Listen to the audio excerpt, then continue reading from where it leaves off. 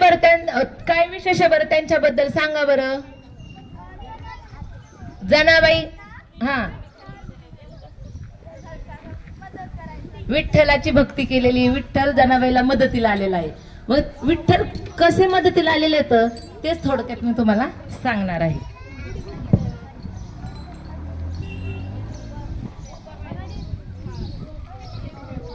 नामदेवाचे घरी दासी जनी, नामदेवाचे घरी दासी जनी, तिने चक्र पाणी वश्य करुणी, नित्य ती आठवी गोविंदा गोविंदा, नित्य आठवी ती गोविंदा गोविंदा.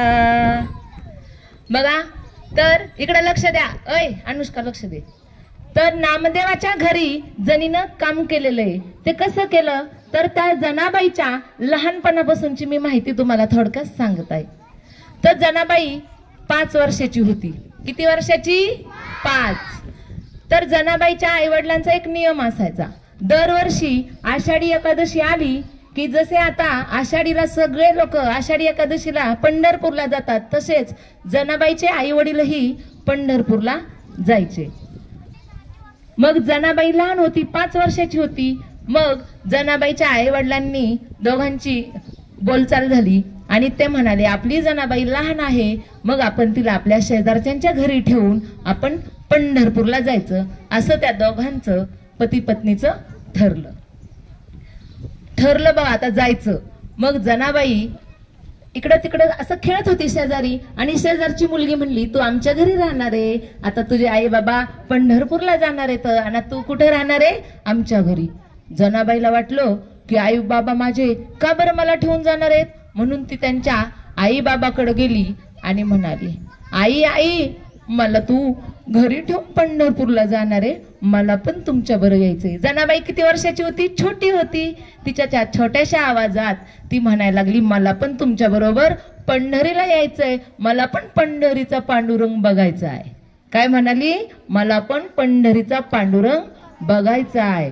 मग आता आई वडील तिची समजूत काढत होते, परंतु जनाबाई काय ऐकायला तयार नव्हती. बघा हट्ट, बाल हट्ट हा पुरवावाच लागतो. मग लहान लेकरांनी काही पण मागू ते आपल्याला द्यावाच लागतं, नाहीतर ते काय करतं अख्खं गाव गोळा करून घेतं. बघा एक राजा होता, त्या राजाने एक राजा होता आणि त्यांचा छोटासा मुलगा होता आणि तो रडायला लागला मला हत्ती पाहिजे. काय म्हणाला?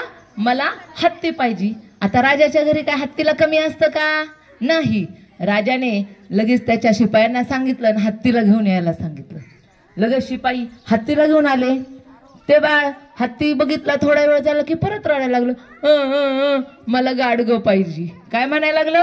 मला गाडगं पाहिजे. आता गाडगं कुंभाराकडे भेटतं. लगेच शिपाई पाठवले आणि ते इकडं घरी घेऊन आले गाडग्याला. गाडगं आणलं. ते बाळ थोड्या वेळ खेळलं आणि पुन्हा रडायला लागलं. आता लगेच रडायला लागलं. राजा म्हणाला आता काय झालं? तो काय म्हणला हा हत्ती ह्या गाडग्यात घालायचा आहे, आता हा हट्ट पुरवायचा आहे. मग आता राजाला आता डोकं चला नाही काय करावं. प्रधानाला बोलवलं. कोणाला बोलवलं? प्रधानाला बोलवलं. आणि मग प्रधान हुशार असतो, त्यानं काय केलं एक पान घेतलं, त्याच्यावर एक छानसा हत्ती काढला, सुंदर रंगवला आणि त्या मुलाला विचारलं सांग बरं कोणता हत्ती छान आहे? लगेच तो म्हणाला जो चित्र काढला तो हत्ती छान आहे म्हणाला. मग तो म्हणला कोणता हत्ती आता गाडग्यात घालायचा? मग लगेच तो बाळ म्हणाला की हा चित्रातला छान छान हत्ती गाडग्यात घालायचा. मग त्यानं लगेच त्याची घडी घातली आणि गाडग्यात घातला. झाला बाळ हट्ट पूर्ण. तसंच हा जनाबाईनं पण तिच्या आईवडिलांकडे हट्ट केला मला पंढरपूरला यायचंय. मग जनाबाईला घेऊन जायचं ठरलं. निघाले पंढरपूरला जनाबाई आणि जनाबाईचे आई वडील, आणि आली दिंडी त्यांच्या घरी आणि निघाले चालत चालत. आता बघा कधी पहिल्या ही 700 वर्षापूर्वीची गोष्ट आहे आणि त्यावेळी काय आता कशा दिंड्या येतात त्या आपल्याकडे सगळीकडे त्यांना झोपण्याची सुविधा असती, खाण्याची आपण करतो, पण त्यावेळी एवढ्या सुविधा नसायच्या. कधी कधी त्यांना पोटभर अन्न भेटायचं तर कधी कधी त्यांना अन्न पोटभर भेटत नव्हतं. कधी कधी उपाशीही राहावं लागायचं. मग असंच पाऊस यायचा, पावसात भिजायचे. असं करत करत ते पंढरपूरला पोहोचले. विठ्ठलाचं दर्शन झालं. पंढरपूरला पोहोचले. चंद्रभागेमध्ये आंघोळ केली आणि विठ्ठलाचं दर्शन झालं आणि संध्याकाळी आता झोपण्याची वेळ झाली होती. मग त्या एका झाडाखाली पहिले काय आता तिथं गेल्यावर मठ येतं, तिथं झोपायची सुविधा असते सगळीकडंच. आज पहिल्या काळी नव्हती, त्यावेळी झाडाखाली झोपावं लागायचं पंढरपूरला गेलेल्या लोकांना. मग ते झाडाखाली झोपले, जनाबाई झोपली, तिचे आई वडील झोपले. आणि त्यावेळी कॉलरा रोगाची साथ होती. कोणत्या रोगाची? कॉलरा. हजारो लोक त्या रोगाने काय झाले होते? मरण पावले होते. आणि त्यामध्ये जनाबाईच्या आई वडिलांनाही फणफणून ताप आला आणि त्या कॉलराच्या साथीमध्ये ते ज्या जागी झोपले त्याच जागी त्यांचा मृत्यू झाला. आता जनाबाई सकाळी उठली, तिला वाटलं आई बाबा झोपलेत, तिनं काही उठवलं नाही, इकडं तिकडं खेळली. आणि नंतर आली आई बाबाजवळ आणि म्हणाली, आई उठ ना ग, किती वेळ झोपतेस, बघ ऊन किती पडलंय, आपल्याला घरी जायचंय, उठ ना आई, असं ती आवाज द्यायला लागली. पण आई काही उठाना, बाबा पण उठानात. जनाबाई मोठमोठ्याने वरडायला लागली. आणि तिथं आलेले जे वारकरी होते ते जनाबाईकडे पाहून त्यांना कळालं की आता हिचे आई बाबा काय झालेले, त्या कॉलराच्या साथीमध्ये मरण पावलेले आहेत. त्या आलेल्या लोकांनी, वारकरी लोकांनी वर्गणी गोळा केली आणि लाकडं आणले आणि जनाबाईच्या आई वडिलांना चंद्रभागेच्या तीरी काय केले, त्यांना अग्नी दिली. आणि जनाबाई हे सगळं पाहत होती आणि ती रडू लागली. माझ्या आई बाबांना चटके लागतील, माझ्या आई बाबांना जाळू नका, माझ्या आई बाबांना जाळू नका, असं करत ती मोठमोठ्याने रडायला लागली. परंतु जनाबाईला माणूस मरणं हेच माहित नव्हतं. 5 वर्षाचीच होती ना ती, 5 वर्षाची म्हणजे पहिलीला सुद्धा नाही. आणि ती रडायला लागली मोठमोठ्याने. मग तेथील वारकऱ्यांनी तिला लाडीगोडी लावून खायला देऊन, बिस्किट वगैरे असं खायला देऊन तिला विठ्ठलाच्या मंदिरात नेऊन सोडलं. तिथं मंदिरात सोडलं आणि ते म्हणाले, विठ्ठला आता तू सांभाळ कर या जनाबाईचा. आणि ते लोक तिथून निघून गेले, मंदिरातच सोडून गेले. जनाबाई रडत रडत तसंच तिथं मंदिरातच झोपी गेली. आणि रात्री तिला स्वप्न पडलं. स्वप्नात ती मोठ्याने ओरडत होती, आई आई, माझ्या आईला जाळू नका, माझ्या आई बाबांना जाळू नका, असं करत ती मोठमोठ्याने रडायला लागली. रात्रीचीच उठली. रात्री मंदिरात कोणीही नसतं. तिथं जे पुजारी असतात ते रात्री पूजा आरती करून निघून जातात. आणि रात्री जनाबाई एकटीच मंदिरात होती. आणि रडायला लागल्यावर विठ्ठलाच्या पोटात कालवा झाली. विठ्ठलाच्या पोटात काय झाली? कालवा झाली. आणि विठ्ठल तेथून उठला आणि म्हणाला, जने. काय म्हणाला विठ्ठल? जने. जनाबाई इकडं तिकडं पाहू लागली, कोणाचा आवाज येतोय? परत विठ्ठलाने आवाज दिली, जने, मी विठ्ठल बोलतोय, देव बोलतोय. मग ती म्हणाली, हा देवा बोल ना. तर रडू नकोस. विठ्ठल काय म्हणाला जनाबाईला? जनाबाई रडू नको, तुझे आई बाबा माझ्याजवळ आहेत. ती म्हणाली, आ देवा, तू खोटं बोलतोय. काय बोलतोस तू? खोटं बोलतोय. माझ्या आई बाबांना त्या लोकांनी जाळून टाकलं. काय केलं? जाळून टाकलं माझ्या आई बाबांना. आणि तू म्हणतोस माझ्याजवळ येतं? नाही, तू खोटं बोलतोय मला. विठ्ठल म्हणाला, जनाबाई म्हणाली, दाखव मग माझे आई बाबा तुझ्याजवळ आहेत तर. मग विठ्ठल म्हणाला, जनाबाई तुला मी ते दाखवू शकत नाही, पण त्यांचा आवाज तुला नक्की ऐकू शकतो. मग जनाबाई म्हणाली, ऐकव मग आवाज माझ्या आई बाबांचा. रडक्या स्वरातच ती म्हणाली. मग लगेच विठ्ठलाच्या हृदयातून आवाज आला जनाबाईच्या आईचा. ती म्हणाली, जना. तिला मग विश्वास पटला की खरंच आपले आई बाबा कुठे आहेत? विठ्ठलाच्या जवळ आहेत. आणि आई म्हणाली, जना, तू आता फक्त देवाचंच नामस्मरण कर, दुसरं काही नको करू. आम्ही तर तुझ्याजवळ येऊ शकत नाहीत. तू फक्त आता पांडुरंगाचाच काय कर, गजर कर, असे म्हणाले. आणि मग जनाबाईला खरा विश्वास पटला की आई बाबा कोणाजवळ आहेत? विठ्ठलाजवळ आहेत. मग सकाळी पहाट झाली. जनाबाई झोपलेली होती तिथे. आणि तिथं पुजारी आले, संत आले. सकाळी तिथं मंदिरात पहाटे काकडा आरतीला संत नामदेव आले. संत नामदेव सगळ्यांनाच माहिती असतील. संत नामदेवांचाही महिमा खूप आहे, संतांचा महिमा खूप मोठा आहे. तसंच संत नामदेवांनी तर अवघ्या 8 वर्षाच्या असताना त्यांनी देवाला जेवायला लावलेले. किती वर्षाचे असताना? 8 वर्षाचे. असताना त्यांनी देवाला जेवायला लावले, म्हणजे त्यांचा महिमा किती मोठा असेल. अजून ते औंढा नागनाथ का मंदिर आहे ना, ते पण मंदिर त्यांनी फिरवलेले. कुणी? संत नामदेवांनी. तर अशा त्या संतांचा महिमा असणारे संत नामदेव तिथे आले आणि त्यांच्याबरोबर आणखी दुसरे संतही होते. आणि आतमध्ये आल्यावर विठ्ठलाच्या मंदिरात आले आणि मंदिरात आल्यावर ते म्हणाले, ए मुली, कोण ग तू? तिला म्हणाले, कोण आहेस तू? तू इथे कस काय आलीस? तुझे आई वडील कोण आहेत? कुठे आहेत ते? तर जनाबाई काय म्हणती, आई मेली बाप मेला, सांभाळ विठ्ठलान केला. आई मेली बाप मेला, सांभाळ विठ्ठलान केला. पांडुरंग माझा पिता, रखमाबाई माझी माता. आई पांडुरंग माझा पिता, रखमाबाई माझी माता. मग संत नामदेवांना वाटलं की आता हिचे आई वडील तर काय झालेले तर मेले. जनाबाईने सांगितले, माझे आई वडील काय झालेले तर इथं आल्यावर ते मेले आणि माझे आई वडील आता कोण आहे? विठ्ठल आणि रुक्मिणी माझे आई वडील आहेत. तेवढ्यात विठ्ठल नामदेवांना म्हणाले, नामदेवा, ही जनाबाई मोठी संत होणार आहे, हिचा सांभाळ आता तू कर. आता देवाची आज्ञा म्हणल्यावर नामदेवांनी जनाबाईला घरी नेलं आणि तिचा सांभाळ केला. मग जनाबाई नामदेवांच्या घरी धुणं धुवायची, भांडे घासायची, गौऱ्या थापायची, असे अनेक कामं तिथं ती करू लागली. आणि तिथं दळण दळताना ती ओव्या म्हणू लागली. तुम्हाला ओव्या माहिती सगळ्यांना? सुंदर माझे जाते ग ओव्या मी गाईते, ओव्या गाऊ कौतुके तू ये रे बा विठ्ठला. ओव्या गाऊ कौतुके तू ये रे बा विठ्ठला. अशा ओव्या म्हणत म्हणत ती जात्यावर दळण दळू लागायची. कोणतंही काम करताना जनाबाईच्या तोंडात विठ्ठलाचंच नाम असायचं. तिच्या डोक्यात कसलंच काहीच विचार येत नसायचे, फक्त विठ्ठल विठ्ठल विठ्ठल. गौऱ्या थापतानाही विठ्ठल. तिच्या गौऱ्या सुद्धा विठ्ठल विठ्ठल बोललेल्या. आता माहिती तुम्हाला, कबीर नावाचे एक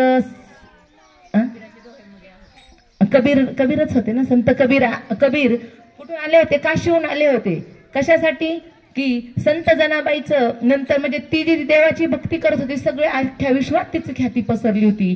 म्हणून ते जनाबाई कशी आहे, कोण आहे, काय ते पाहण्यासाठी आले होते. परंतु जेव्हा जनाबाईकडे आले ते पाहायला, तेव्हा जनाबाईचे आणि शेजारणीचे भांडणं चालू होते. कशावरून? तर विठ्ठल गौऱ्यावरून. कशावरून? गौऱ्यावरून. जनाबाईच्या गौऱ्या तिच्या शेजारच्या बाईने चोरल्या होत्या आणि त्या दोघांचे चांगले भांडणं म्हणजे कसे की असं धराधरीत चालू होती.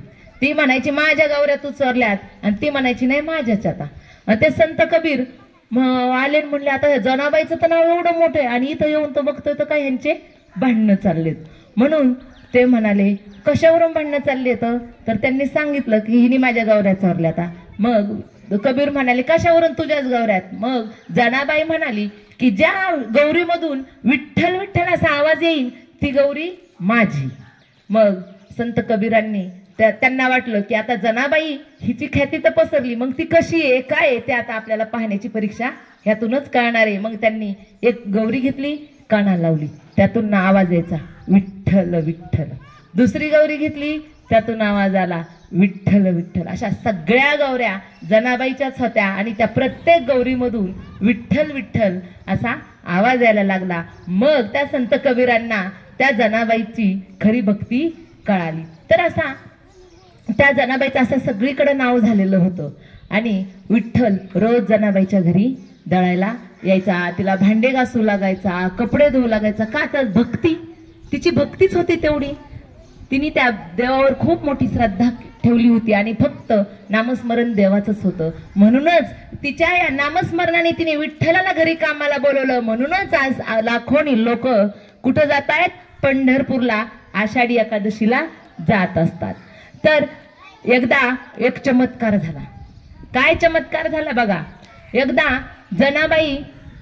जनाबाई दळीत होती आणि दळताना तेच म्हणायची, पांडुरंग माझा पिता, रखमाबाई माझी माता. असं म्हणत होती आणि पांडुरंगाला वाटलं आता जनाबाई संध्याकाळी पण गाणं म्हणायला लागली, चला आता तिचं गाणं ऐकायसाठी, जात्यावरच्या ओव्या ऐकायसाठी आता विठ्ठल मंदिरातून जनाबाईच्या घरी निघाला. विठ्ठल जनाबाईच्या घरी गेला. अंगावर त्यांच्या अंगावर शाल होती. कशाची? आपल्या हिऱ्या मोत्यांची शाल. लोकांनी आता बघा मंदिरात आपण गेलं की दान करतो, तशी हिऱ्या मोत्यांची माळ आणि शाल आणि गळ्यात हिऱ्या मोत्यांचे हार पण होते. आणि ते घेऊन तसंच तो विठ्ठल मंदिरातून त्या जनाबाईकडे गेला. आणि तिथं गेल्यानंतर लक्ष द्या सगळे, तिथं गेल्यानंतर तिला जात्यावर दळू लागला. तिच्या बरोबर तो पण म्हणायला लागला, विठ्ठल तो पण म्हणू लागला की पांडुरंग माझा पिता, रखमाबाई माझी माता. विठ्ठल सुद्धा जनाबाई बरोबर ते गाणं म्हणायला लागला. आणि रात्रभर ते जनाबाई दळत होती, तिच्या बरोबर रात्रभर विठ्ठलही काय करायला लागला? दळू लागला. विठ्ठल विसरून गेला की मी देव आहे आणि मंदिरात मी असावा. विठ्ठल त्या जनाबाई बरोबर त्या तिच्या ओव्या गाण्यात दंग होऊन गेला. आणि पहाट झाली, 4 वाजायचा टाइम झाला. मग विठ्ठलाच्या डोक्यात आलं की आपल्याला घरी जायला पाहिजे. आणि दळता दळता त्याला घाम आला होता, म्हणून त्यानं ती त्याच्या गळ्यातली जी शाल होती आणि तो गळ्यातले जे हार होते ते काढून खुंटीला लटकवले होते. आणि ते तसेच तिथं विसरून राहिले. आणि विठ्ठल घाईघाईत मंदिरात जाऊन उभा राहिला की पाठ काकडा आरतीला कोण येत असतात? पुजारी येत असतात तिथं. म्हणून विठ्ठल घाईघाईत तिथं निघून गेला. आणि त्याची गळ्यातली शाल ती तिथंच राहिली. आणि पहाटे मंदिरात पुजारी आले. दरवाजा उघडल्याबरोबर त्या पुजाऱ्याचं लक्ष विठ्ठलाकडे गेलं. आणि पाहतो तो काय, विठ्ठलाच्या गळ्यात सोन्या मोत्यांचे हिऱ्यांचे हार सुद्धा नाहीत. आणि त्यांच्या जरीची शाल होती ती सुद्धा नाहीये. आणि त्यांच्या अंगावर होती ती काय होती? नाही, जनाबाईची तिथली ती गोधडी होती, तेच घेऊन विठ्ठल आला होता. आणि मग तो पुजारी म्हणाला, देवाची चोरी झाली. सगळ्या पुजाऱ्यांना सांगितलं देवाची चोरी झाली. सगळीकडे बोबाटा झाला. आणि विठ्ठलाचे सोनं काय झालंय? चोरीला गेलं. आणि ही काय आपलं गोधडी कोणाची आहे म्हणून सगळे चौकशी करायला लागली. चौकशी केल्यावर कळालं की ही गोधडी कोणाची होती? जनाबाईची. मग आता सगळे जनाबाईकडे गेले आणि तिथं जाऊन तिला म्हणाले, ह्यासाठीच तू एवढा खोटं नाटक करत होती काय? की काय भजन करत होती, काय कीर्तन करत होती का? तर तुला देवाची चोरी करायची होती. तुला देवाची भक्ती नव्हती पाहिजे. काय पाहिजे होतं तुला? देवाचं सोनं पाहिजे होतं. म्हणून तू नाटक करत होती काय? जे नाही ते लोक त्या जनाबाईला बोलू लागले. जनाबाई म्हणाली, नाही हो, मी नाही चोरी केली. माझ्यावर नका चोरीचा आळ घेऊ. माझ्यावर चोरीचा आळ नका घेऊ अशी ती म्हणाली. ते म्हणाले. त्यातला एक जण जनाबाईच्या झोपडीत गेला. आणि तिच्या झोपडीत गेल्यावर त्याला ती जरीची शाल आणि गळ्यातले दागिने दिसले. आणि घेऊन आला आणि म्हणाला, हो का हे दागिने ती. आणि मग जनाबाईने चोरी केली का? नाही. परंतु त्या विठ्ठलाने अडकवलेले जे दागिने ती होते ते चोरी म्हणून जनाबाईवर आळ घेण्यात आला. आणि मग ते जनाबाईला जे नाही ते बोलू लागले. आणि मग नंतर त्यांनी संत नामदेवांकडे तिला घेऊन गेले. जनाबाईला ओढीतच नेली, अशी धरली आणि ओढत फरफटत तिला नामदेवांकडे घेऊन गेले. नामदेवांकडे गेल्यावर नामदेवांना झालेली सगळी हकीकत त्यांनी सांगितली. आणि मग संत नामदेव म्हणतात, जने तू हे मला फळ दिलं का? तुझे आई वडील लहान असतानाच मरण पावले आणि मी तुझा सांभाळ केला, त्याचं फळ तू मला हे दिलंस. संत जनाबाईला वाटलं की आता नामदेव यांनीही माझ्यावरचा विश्वास काय केलाय, आता माझ्यावर त्यांचा विश्वास नाहीये. तिला पण खूप वाईट वाटलं. ती फक्त म्हणाली, मी चोरी केली नाही, तुम्ही पण माझ्यावर आळ घ्यायला लागले. ती फक्त एवढंच म्हणाली. ती म्हणाली, मी चोरी केली नाही, विठ्ठलच माझ्या घरी आला होता. मला तो रोज येतो माझ्याकडे आणि तो सगळी कामं मला करू लागतो असं तिने सांगितलं. मग नामदेवांना तिचं म्हणणं पटलं, परंतु लोकांना समजून सांगणं कठीण होतं. लोक विश्वास ठेवतील का? आता तुमच्यातलंच एखाद्याकडे देव आला, खरंच आला आणि बाकीच्यांनी सांगितलं तरी विश्वास ठेवतील का? नाही ठेवणार. तसेच कोणीही तिच्यावर विश्वास ठेवला नाही, पण नामदेवांनी ठेवला. परंतु नामदेवांना वाटलं की आता हा विठ्ठलाचा चमत्कार आहे, त्यांनीच आता तिच्यावर आळा घेतलंय आणि तोच काय करणार आहे, हा प्रश्न सोडवणार आहे. म्हणून संत नामदेव म्हणाले, तुम्हाला जे शिक्षा द्यायची ती द्या, मी काहीच म्हणणार नाही. आता नामदेवांना माहित होतं की हिने चोरी केली नाही आणि हिला काही होणार पण नाही का, तर तेही संत होते, त्यांनाही नामाचा महिमा माहिती होता, देवाची भक्ती त्यांनाही माहिती होती. म्हणून त्यांना वाटलं आता सोडवणाराही तोच आहे. म्हणून ते म्हणाले, काय शिक्षा द्यायची ती तुम्ही द्या तिला. मग सगळ्यांनी ह्या पुजाऱ्यांनी राजाकडे बातमी दिली. ही कोणाला बातमी दिली? राजाला दिली. आणि मग राजाने काय शिक्षा द्यायची सांगितली की सुळावर चढवा. सुळावर चढवायची शिक्षा सांगितली. सगळेजण त्या जनाबाईला फरफटत ओढत ओढत त्या आता सुळावर घेऊन चाललेले. अख्ख्या पंढरपूर गावातून तिला ओढत ओढत चाललेलं आहे. आणि सगळ्या बाजूंनी लोक काय झालेले आहेत, जनाबाईला पाहायला थांबलेले आहेत की जनाबाईनी चोरी केली आणि आता तिच्या चोरीची शिक्षा तिला आता सुळावर द्यायचंय. म्हणून सगळे बघायला लागले. आणि मग जनाबाई रडायला लागली, विठ्ठला मी पंढरपूरला आल्या. जनाबाई म्हणती विठ्ठलाला, विठ्ठला मी 4-5 वर्षाची होते तेव्हा माझ्या आई वडिलांबरोबर तुझ्या घरी आले, तुझ्या दारात आले. तू माझ्या आई वडिलांना मारून टाकलं आणि आता तू माझ्यावर चोळीचा आर घेतोस. विठ्ठला कुठं गेलास? आता कुठे गेला तू? माझ्या घरी मी तुला बोलवलं होतं का? तू मनाने माझ्या घरी येत होता, मला काम करायला मदत करत होता. मी तुला बोलवत होते का मदतीला? मी फक्त तुझं नामस्मरण करत होते. विठ्ठला आता तू कुठे गेला आहेस? येणारे विठ्ठला, येणारे विठ्ठला. मग जनाबाई म्हणते, मला भेटोनी जा पांडुरंगा, मला भेटोनी जा पांडुरंगा, जनीला भेटोनी जा पांडुरंगा, जनीला भेटोनी जा पांडुरंगा. जनी विठ्ठलाला हाका मारायला लागली, विठ्ठला आता कुठे गेलास? येणारे आता मला सुळावर चढणार आहेत. मी मरायला काय घाबरते का काय? परंतु चोरीचा आळ घेऊन मला मरणं हे पसंत होणार नाही. विठ्ठला येणारे विठ्ठला, विठ्ठला ये.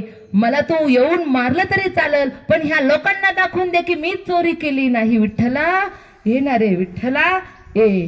कोठे गुंतलासी द्वारकेच्या राया, वेळ का भेटण्यासी लाविला. येणारे विठ्ठला ये. अशी ती विठ्ठलाला बोलायला लागली. मग विठ्ठल इकडं काय झालाय, विठ्ठलाला आता जावंच लागणारे भक्तासाठी.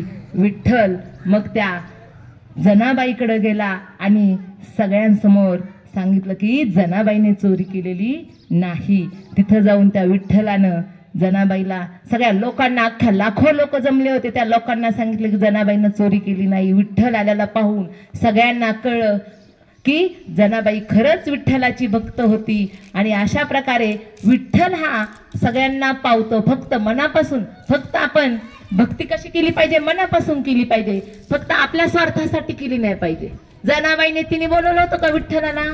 आपण विठ्ठलाकडे जातो आणि मागतो, मला हे दे ते दे, आम्ही सुखात राहू दे. ह्यासाठी भक्ती करायची नाही, फक्त नामस्मरण.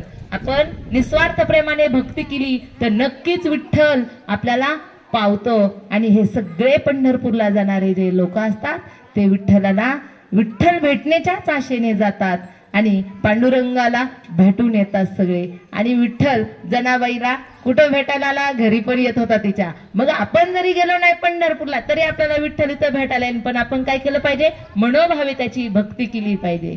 चला म्हणा एकदा, विठ्ठल विठ्ठल म्हणा, विठ्ठल विठ्ठल विठ्ठल विठ्ठला, पांडुरंग विठ्ठला,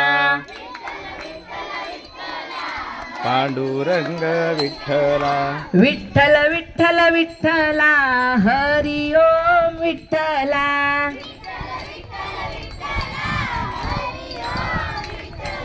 विठ्ठल विठ्ठल विठ्ठला, हरि ओम विठ्ठला,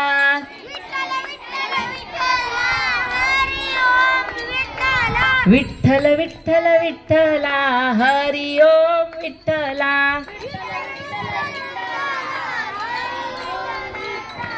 मी जे आता जनाबाई बद्दल 2 शब्द सांगितले ते